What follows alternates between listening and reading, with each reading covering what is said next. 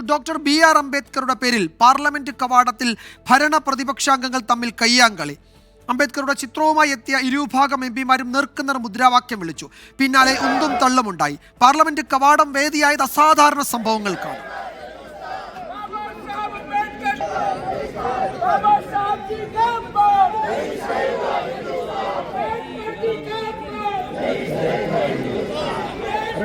Camera थोड़ा पीछे, camera थोड़ा पीछे।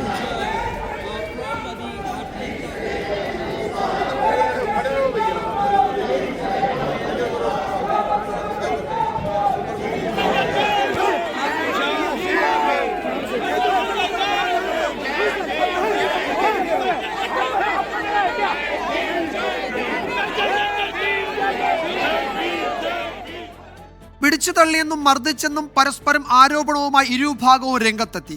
BJP അംഗങ്ങൾ ഭീഷണിപ്പെടുത്തിയെന്നും പിടിച്ചു തള്ളിയെന്നും രാഹുൽ ഗാന്ധിയും കുറ്റപ്പെടുത്തി. രാഹുൽ ഗാന്ധി തള്ളിയിട്ട MP ദേഹത്തേക്ക് വീണ് തനിക്ക് പരിക്കേറ്റെന്ന് ഒഡീഷയിൽ നിന്നുള്ള BJP MP പ്രതാപ് സാരംഗിയും പ്രതികരിച്ചു. तो BJP के MP जो थे वो मुझे ऐसे रोकने की कोशिश कर रहे थे, धकेल रहे थे और मुझे धमका रहे थे, तो वो हुआ है। धमका मुक्की से हमें कुछ होता नहीं है, मगर ये एंट्रेंस है पार्लियामेंट और हमारा अधिकार है अंदर जाने का। और BJP के जो मेंबर्स हैं वो हमें अंदर जाने से रोक रहे हैं। तो इशू है कि ये कॉन्स्टिट्यूशन पर आक्रमण कर रहे हैं और जो अम्बेडकर जी देखिए इस वक्त राहुल गांधी मीडिया से लंबा गैप में खड़ा हुआ था। राहुल गांधी एक MP को धक्का लगा, मेरे ऊपर गिर पड़ा और मैं नीचे गिर गया। किसने धक्का मारा? राहुल गांधी ने? हाँ, राहुल गांधी ने। राहुल गांधी ने धक्का मारा? राहुल गांधी। कौन सी जगह पे सर? सीढ़ी के ऊपर में मैं खड़ा हुआ था और राहुल गांधी ने आकर के एक MP को धक्का लगाया, वो मेरे ऊपर गिर पड़ा और मैं। कहाँ चोट लगी सर आपको? कहाँ चोट? തന്നെ BJP MPമാർ പിടിച്ചു തള്ളിയെന്നും മുട്ടിന് പരിക്കേറ്റെന്നും മല്ലികാർജ്ജുൻ ഖാർഗെ ലോക്സഭാ സ്പീക്കറോട് പരാതിപ്പെട്ടു. രാഹുൽ ഗാന്ധിക്കെതിരെ പോലീസിൽ പരാതിപ്പെടാനാണ് BJP നീക്കം. രാഹുൽ ഗാന്ധി നിയമം കയ്യിലെടുക്കുകയാണെന്ന് പാർലമെന്ററി കാര്യമന്ത്രി കിരൺ റിജിജു വിമർശിച്ചു. अगर हमारे MP पे हाथ उठाते तो क्या होते? अगर उनका जैसे बिहेव अगर हमारा MP पे करते तो क्या हालत होते? तो समझना चाहिए ये कोई यहाँ बॉक्सिंग खेलने का, कुश्ती लड़ने का यह अखाड़ा नहीं है। राहुल गांधी को लोकतंत्र में विश्वास रख करके ये सारा चीज़ें समझ में आना चाहिए। मैं ऐसा हरकत करने का जो राहुल गांधी ने आज जरूरत किया है इसको धिक्कार करता हूँ, इसको मैं खंडन करता हूँ। അതേസമയം വിവാദ പരാമർശത്തിൽ അമിത്ഷായുടെ രാജി ആവശ്യപ്പെട്ടുള്ള പ്രതിപക്ഷ ബഹളത്തിൽ പാർലമെന്റിന്റെ ഇരുസഭകളും 2 മണിവരെ നിർത്തിവെച്ചിരിക്കുകയാണ്. ബൽറാം നെടുങ്ങാടി വിവരങ്ങൾ നൽകും. ഡൽഹിയിൽ നിന്ന് ബൽറാം, അസാധാരണ സാഹചര്യം ആണ് പാർലമെന്റ് കവാടത്തിന് പുറത്ത് കണ്ടത്. സഭയ്ക്കകത്തും സമാന സാഹചര്യം തന്നെയാണ്. 2 മണിക്ക് ഇരുസഭകളും ചേരുന്നുണ്ട്. പ്രശ്നപരിഹാരത്തിന് കക്ഷി നേതാക്കളുടെ യോഗമോ അങ്ങനെ എന്തെങ്കിലും നടക്കാൻ സാധ്യതയുണ്ടോ?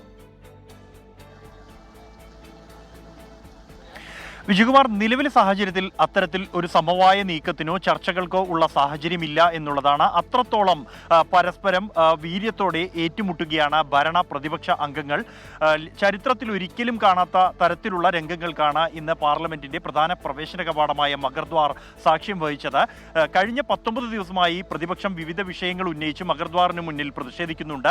ഇന്നലെയും ഇന്നും പ്രതിഷേധം പ്രഖ്യാപിച്ചത് അംബേദ്കറുമായി ബന്ധപ്പെട്ട ആഭ്യന്തരമന്ത്രിയുടെ വിവാദ പരാമർശവുമായി ബന്ധപ്പെട്ടാണ്. അംബേദ്കർ പ്രതിമയ്ക്ക് മുന്നിൽ നിന്നും ഒത്തുചേർന്ന് മുദ്രാവാക്യം വിളിച്ച് മഗർദ്വാറിലേക്ക് മാർച്ച് നടത്തുമെന്ന് പ്രതിപക്ഷം പ്രഖ്യാപിച്ചു. തൊട്ടു പിന്നാലെയാണ് BJPയും ഇന്ന് മഗർദ്വാറിന് മുന്നിൽ അംബേദ്കറിനെ അവഹേളിക്കുന്നത് കോൺഗ്രസ് ആണ് എന്ന് ആരോപിച്ചുകൊണ്ട് പ്രതിഷേധം പ്രഖ്യാപിച്ചത്. ഇരു കൂട്ടരും മുഖാമുഖം നിൽക്കുന്ന സാഹചര്യമുണ്ടായി. ഈ സഭ സമ്മേളിക്കുന്നതിന് നിമിഷങ്ങൾക്ക് മുമ്പ് അംഗങ്ങൾ സഭയിലേക്ക് കടക്കാൻ ശ്രമിക്കുന്ന ഘട്ടത്തിലാണ് ഈ ആരോപിക്കപ്പെടുന്ന സംഘർഷം, കയ്യാങ്കളിയും ഉണ്ടായത്.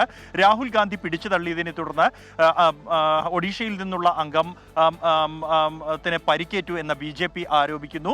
പ്രതാപ് സാരംഗ് നിലവിൽ ചികിത്സ തേടിയിരിക്കുകയാണെന്നും മറ്റൊരംഗത്തെ ICUയിൽ പ്രവേശിപ്പിച്ചിരിക്കുകയാണ് എന്നുമാണ് BJP ആരോപിക്കുന്നത്. ഇത് പോലീസിൽ രാഹുൽ ഗാന്ധിക്കെതിരെ പരാതി നൽകുന്നത് അടക്കമുള്ള കാര്യങ്ങൾ BJP പരിഗണിക്കുന്നുണ്ട്. അതേസമയം സഭയിലേക്ക് പ്രവേശിക്കുന്നതിൽ നിന്നും തന്നെ തടഞ്ഞത് BJP അംഗങ്ങളാണ് എന്നാണ് രാഹുൽ ആരോപിക്കുന്നത്.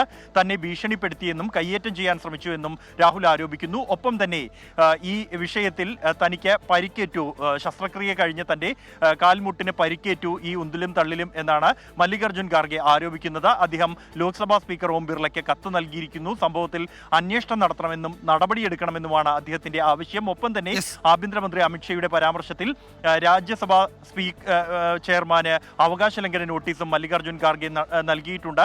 സഭ വീണ്ടും സമ്മേളിക്കുമ്പോൾ ഈ ഒരു ഏറ്റുമുട്ടലിന് കൂടുതൽ ഊർജം നൽകുന്ന തരത്തിലുള്ള വിഷയങ്ങളാണ് ഈ കഴിഞ്ഞ മണിക്കൂറുകളിൽ സഭയ്ക്ക് അകത്തും പുറത്തും സംഭവിച്ചിരിക്കുന്നത്. വിജയകുമാർ. യെസ്, 2 മണിക്ക് അല്പസമയത്തിനകം ഇരുസഭകളും വീണ്ടും ചേരും. പ്രശ്നപരിഹാരത്തിനായി ഏതെങ്കിലും പുതിയ നിർദ്ദേശങ്ങൾ ഉയർന്നു വന്നിട്ടില്ല. അമിത്ഷാ മാപ്പ് പറയണം അല്ലെങ്കിൽ രാജിവെക്കണമെന്ന നിലപാടിൽ പ്രതിപക്ഷം ഉറച്ചു നിൽക്കുകയാണ്. നിലപാടിൽ ഏതെങ്കിലും തരത്തിൽ അയവ് വരുത്താൻ BJP നേതൃത്വവും തീരുമാനിച്ചതായി സൂചനകളില്ല. പാർലമെന്റിനകത്തും പുറത്തും നാടകീയ സംഭവങ്ങളാണ് കഴിഞ്ഞ മണിക്കൂറുകളിൽ അരങ്ങേറിയത്. ബൽറാം നെടുങ്ങാടിയാണ് വിവരങ്ങൾ നൽകിയത്.